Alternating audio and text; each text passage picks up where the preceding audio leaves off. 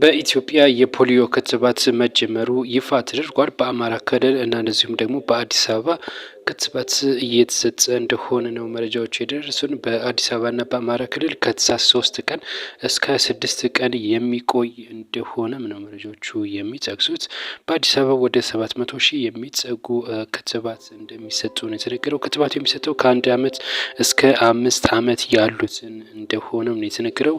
የፖሊዮ ክትባት እንግዲህ ፖሊዮ እጅግ አደገኛ የሆነ በሽታ እንዲታወቃል። የነርቭ ስርዓትን በማዛባት በማዝለፍለፍ ከፍተኛ የሆነ ጉዳት የሚያደርስ በሽታ እንደሆነ ይታወቃል። ከዚህ ጋር ተያይዞ ነው ክትባቱ የሚሰጠው። በአማራ ክልል 5 ሚሊዮን የሚጠጉ ህጻናትም እንደሚከተቡ ነው እየተነገረ የሚገኘው። በአዲስ አበባ ወደ 700 ሺህ እንደሚከተቡ ታውቋል። ይህንን ክትባትም ለማድረግ በርካቶች ስልጠና ወስደው እንደ ስምሪትም እንደተሰጣቸው የተነገረው። በአማራ ክልል በተለያዩ ትምህርት ቤቶች ጭምርም ክትባቱ እንደሚሰጥ ነው የታወቀው። እንደዚሁም በአዲስ አበባም እንደዚሁ ይሰጣል ተብሏል። ከታህሳስ 3 እስከ 6 ይቆያል።